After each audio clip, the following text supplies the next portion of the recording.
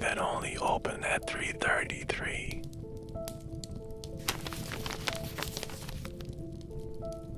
Have you ever woken up in the middle of the night for no reason at all? What if something was calling you? Let me tell you the story of a boy in a library that didn't exist except at 3:33 a.m. Every night at exactly 3:33, Leo woke up ... No nightmare, no sound, just wide awake. Until one night he looked outside his window and saw a glowing building across the field. It wasn't there during the day. It had no sign, no door, just rows of windows lit from within. Drawn like a moth to flame, Leo walked barefoot through the misty grass. The building grew larger, older. Its walls were made of blackened stone, and then a door appeared.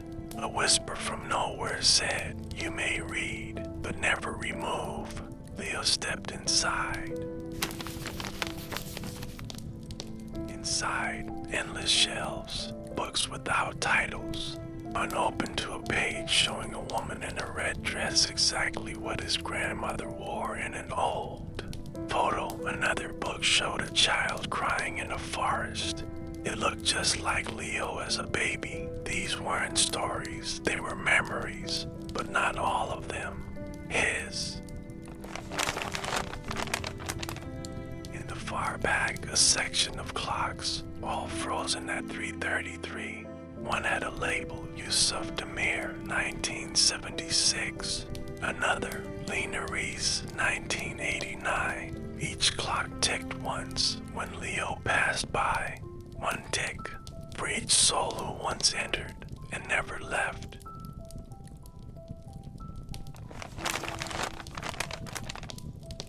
At the very top of a shelf, one book shimmered. It had a name, Leo Marin. He opened it, but the pages were blank until the clock behind him ticked. Then, ink began to pour across the paper. It was writing his story right now.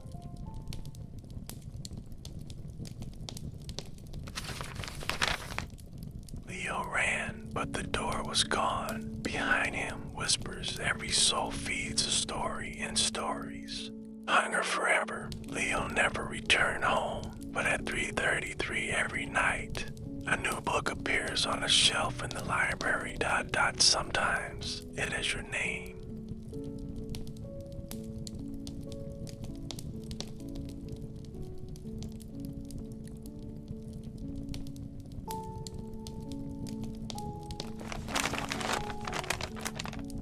The clockmaker's secret. Can you hear the ticking? No, not the one in your room. The one beneath your skin. The one that counts not time, but memories. Let me tell you a story.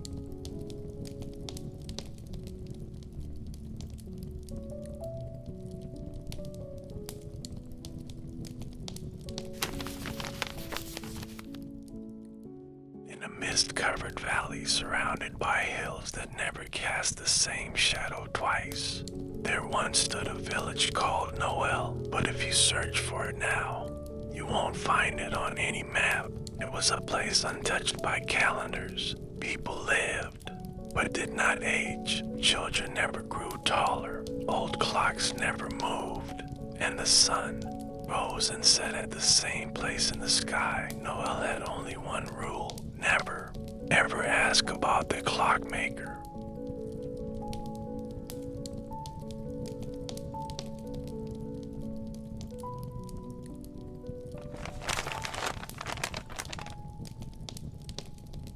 The shop with no door in the center of town, behind a twisting alley, stood a building with foggy windows and no visible door. It was always there, and yet no one remembered seeing it built. They said on stormy nights a dim orange light would flicker inside, and from within, a quiet ticking sound would echo, not loud, not annoying, just constant, like a heart that never rested.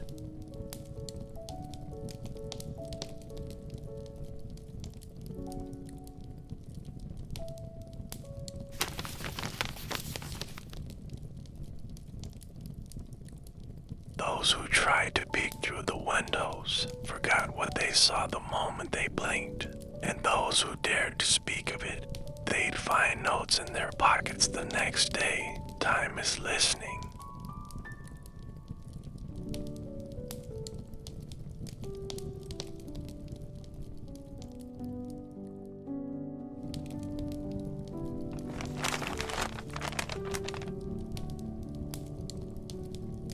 The girl who didn't belong.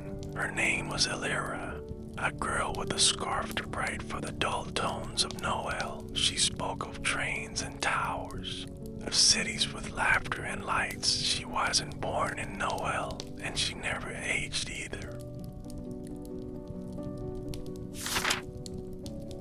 One day, she whispered to a boy in town, "This village is trapped in a clockwork loop.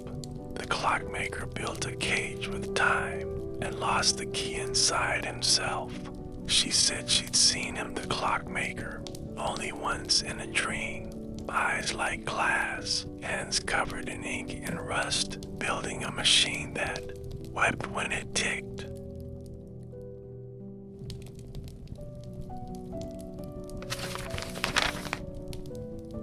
The dream that changed everything. Elira had a dream that night. In it, the clocks in the town all stopped at once.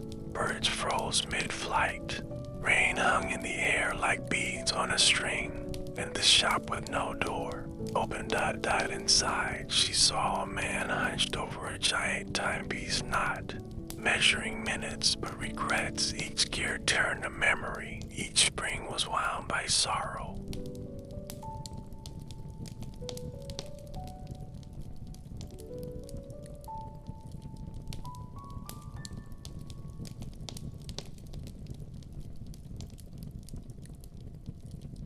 Looked up and said, "I created Noel to escape pain, but even timelessness can rot." He handed her a tiny silver key, unlocked the ending.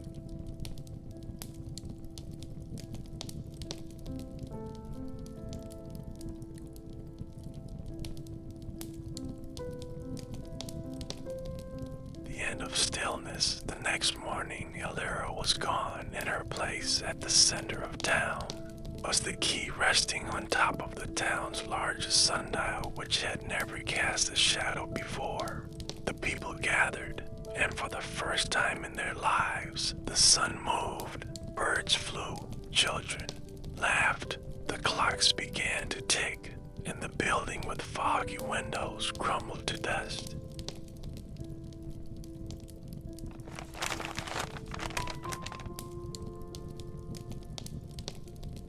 Speaks of the clockmaker anymore, not because they've forgotten, but because the silence is. Thank you somewhere in the wind when you're lying in bed. If you hear a soft tick, tick, tick, don't be afraid. It's not counting down to the end. It's counting your memories, keeping them safe, just like Elira did.